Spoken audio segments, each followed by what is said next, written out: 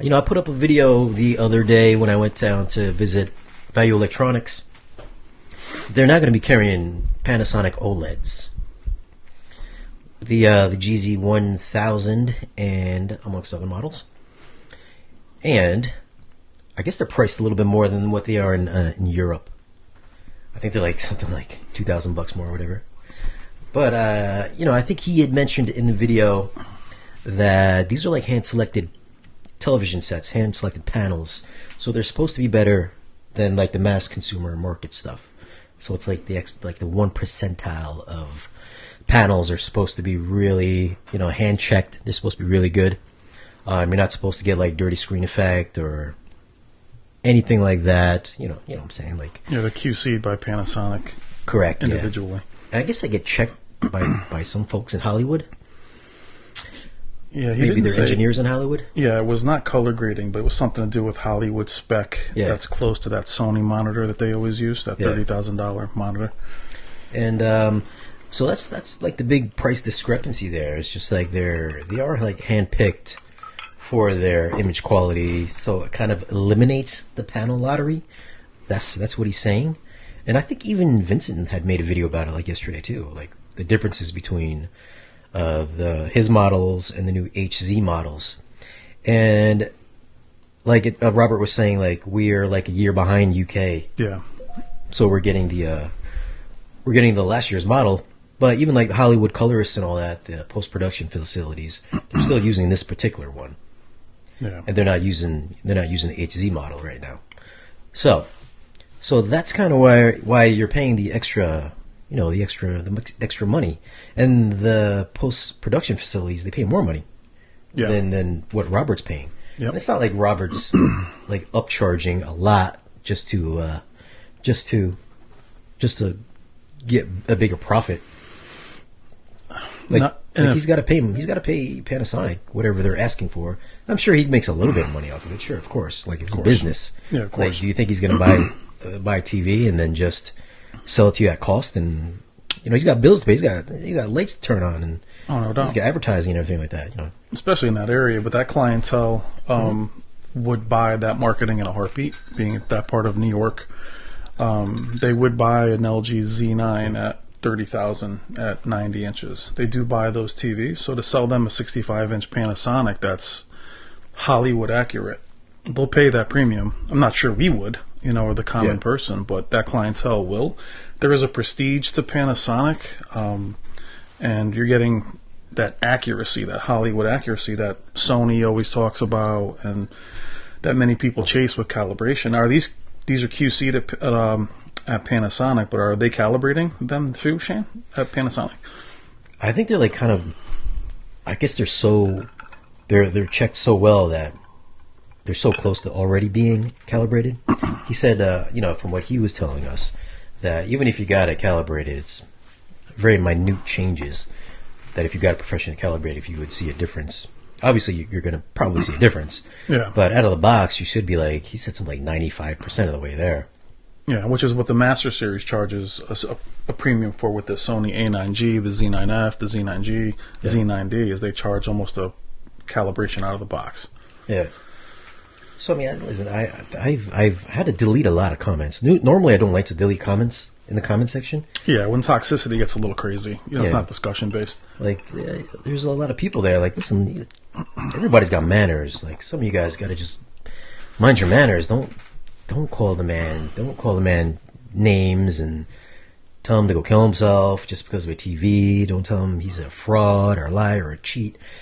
The man's got a business to run, and you know, I'm on YouTube. We're friends. All of us here are friends. Me and Brian are friends. Me, Brian, and Robert are friends. Yep. So you know, if it helps a little bit to promote his business, then that's what we're here for. That's what we're going to do, and we're sharing the information out to you guys, so you guys know that yes, if you guys want a premium television experience, that Robert is the only guy right now to be able to supply you guys with a Panasonic OLED, which I guess they've been like top of the heap for like the past couple of years now, at least for OLED technology. Yeah. Yeah, they left us with the ZT, VT60, ST60, S60. That last group of plasmas is why people love them so much. Panasonic is one of the brands that people will have brand loyalty no matter what. But their OLEDs having 1,000 peak brightness, giving you the best of both worlds, is really what LG and Sony can't do at this time, at least not until LG releases that 83-inch. But Robert, it's not just, he has connections with the engineering department of these companies. It's not just sales. So he's not just a sales guy. He does have input when it comes to the actual engineering of Sony panels, LG. He's got some pretty deep connections dating back, 30 years? Mm-hmm. So he's not just a sales guy. He does know his stuff. And he's part of all these different groups, these color grading groups and these Hollywood, So I understand why people would think that, he's doing that. But it's amazing to have him chosen, that store chosen. Yeah. Yeah, it's awesome. Like, there's, like, it's Best Buy. Best Buy got out of business, I think, in 2016. I think everybody was like 2016. For the last set of Panasonic television sets. Yeah, I bought my last plasma at Best Buy. And then they just vanished. But I think they were just, the plasma market was loved by the purists. But I think Panasonic was just tired of us. You know what I mean? Like we were buying a lot of cheaper LEDs here, and they just took off.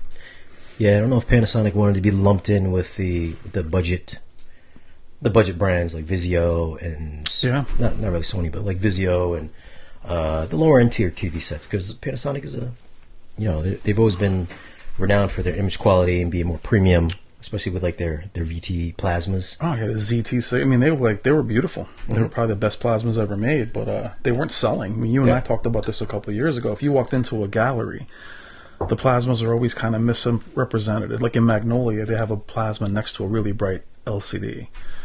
And they just were never, and they were expensive at 65 inches, but they were beautiful. Go back to the Kiro Elites. People still remember those Pioneer plasmas, and that's what people are looking for in OLEDs, because they really wanted an OLED plasma, and they feel like this is what this is in a way.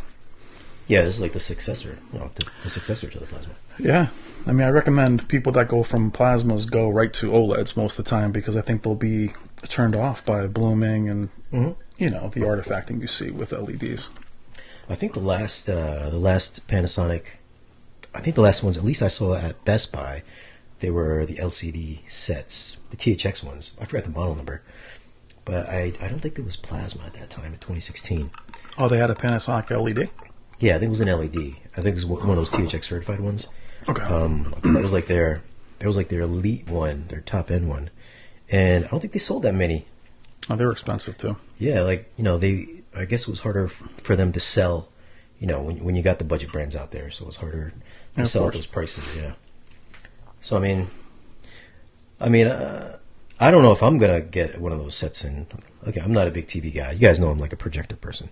Yeah. But you, on the other hand, you're a TV guy, and I don't know if you're gonna try to get one of the Panasonics in or what. So people would say to me, the OLED discussion, at least, Shane and I have talked about it on my channel too. I have a 77-inch LG CX that is plagued with some processing issues and raised blacks, and we had the A9S Master Series. Both of us had that panel, the AAH. So people said to me, wouldn't the Panasonic OLED be the end-all, be-all? And, I argue no. It maxes out at 65 inches. It doesn't have any of the gaming features that so many of us want. Whether it's HDMI 2.1, variable refresh rate, G-Sync, FreeSync, it has none of those features. So for me, it would be a lot like not a higher end A9G, but along those lines, Shane. It wouldn't have those features. And this one's actually in effect as of next year. It'll be 2 years behind. Yeah. So you're really paying for the Hollywood grade, which people will pay for. I just think that a lot of our viewers wouldn't, at this point anyway. I mean, these are the monitors that obviously are in the post-production facilities. So it's like they'll have like the grading monitor, then they'll have like a consumer OLED. So that way they can see like what we're going to experience at the house, rather than just as a reference monitor. So like, how does that reference monitor translate to a consumer experience, which is the GZ series, at least Yeah. from my understanding, for the Hollywood mixing facilities and colorists and all that stuff. So this is the best of the best right now in the U.S., as far as we know. Yeah, the one that people really want is the one with the heat sink on the back. Yeah. That breaks 1,000 nits. Kind of take the ABL away and see if we'll all risk some burn-in. But if we get that higher peak brightness, I'm not sure these panels have that capability. I don't think they do. No, it doesn't have heat sinks on it. Yeah, so they max out like regular OLEDs. They'll just be very, very accurate. What I always thought was interesting, we talked about this too, with that Sony color grading monitor that we always see. Would the consumer really love that image? Mm-hmm. Like, is accuracy what so many people that you see in the chat, is that what they would really want if we were all in a room together? Would it be muted, being accurate? Yeah. Or, would it lack that wow? Do you know what I mean? Yeah, I mean, like, even at the TV shootout when I was there last year, I mean, you can see it on the stream. I mean, it's not really accurate on the stream, but I mean, if you're there in person, an actual calibrated TV, it doesn't look like a QLED or like like a Samsung TV. It doesn't quite pop. No, that's why we thought that the shootout should be LEDs versus LEDs. Yeah, because you're making an LED look like an OLED, more or less. I want to see that 2,000 nits. I want to see that pop. And even an OLED calibrated, is it going to be too dark? But if someone tells you that's accurate, that's, I guess, with the Panasonic, if that's super accurate, does that mean you're going to love it? We're going to see it in a few days. I'll spend some time with it. We'll spend some time with it. And we'll compare it to the A9G and the CX. Yeah, I mean, even on my projector, sometimes out of the box, I'll be like, kind of like the standard might look really good, but then you calibrate it down using a disc or whatever, and it dumbs it down, dumbs down the color, but but it looks like what it looks like at the movie theaters. Like when I go to the theaters, I'll take a mental note and say, is this what it looks like at my house? And I'll say, yeah, it does. Yeah. So the reds they're not quite as vibrant. Maybe the blues aren't quite as deep, and these TVs are supposed to represent the best. Yeah, but the funny thing about accuracy, I had somebody who's like, when I drive home from work, I don't want to see the green grass look the same as real life. I want that Samsung green, like the green on your monitors. Mm-hmm. So it does bring up the thing, would you be super happy with something that's calibrated? So when I get my CX replaced, they're going to QC it at Value Electronics, and they're going to calibrate it. Yeah. So we've seen calibrated panels, a million of them, but I'm going to be interested to see what I think about the CX once it's home calibrated. It might be underwhelming because I like the saturation of LG. Panasonic, I'm interested to see what their colors are going to be, but the price, as you mentioned, that's a big jump for accuracy. That's a big jump. I'm not gonna lie, it is pretty expensive. What's the total price on it? I'd be somebody to. If I was really into TVs, I would buy it just because I'm that kind of person. But just to have it, put it in a box. It would stay in my back room and never get turned on. But it's there. What's the final price on it? They got the older model, the 2018 models, 55 inches, 2750. The GZ, 55 inches, 3650, and the 65 GZ is 4450. And if you do notice, it does have the little annotation at the end, which is the GZ1000U, which is different than the regular GZ1000. I guess just because this is like their professional monitor line that has the U at the end, okay, rather than not having the U.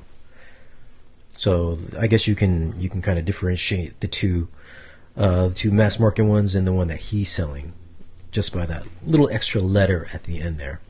So yeah, it's a little bit of extra money there, I guess, because what is it, UK version, something like $2,000.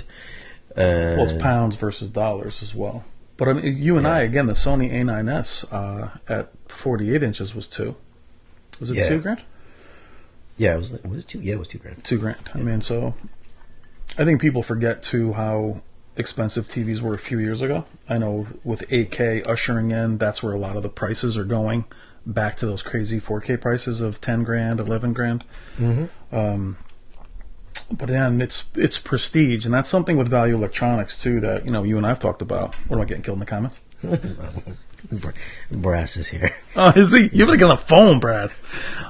He didn't tell me. I would have set it up. He said he wouldn't pick up. I don't know how to do it with this thing here. But there is a prestige to, again, the clientele that you have that's gonna pay for that money, which a lot of us think is ridiculous. But some people really do want that size, or not the size. I'm sorry. They want that quality. They want that accuracy, and the panel lottery, unfortunately, is alive and well. And no matter how much you spend, you really can't get out of it. Shane and I have both talked for years about spending too much money on TVs, and actually the more you spend, the worse sometimes DSC and panel uniformity is even worse. The 8K Samsungs are struggling right now with panel uniformity. The LG CXs are struggling with uniformity. So to have Panasonic guarantee, at least to a degree, right, that they're pretty clean. What is going to be interesting, though, with panel uniformity, Shane, is content. Like, we have artifacting in movies, in games, resolution. That also shows up as it makes the screen uniformity look worse.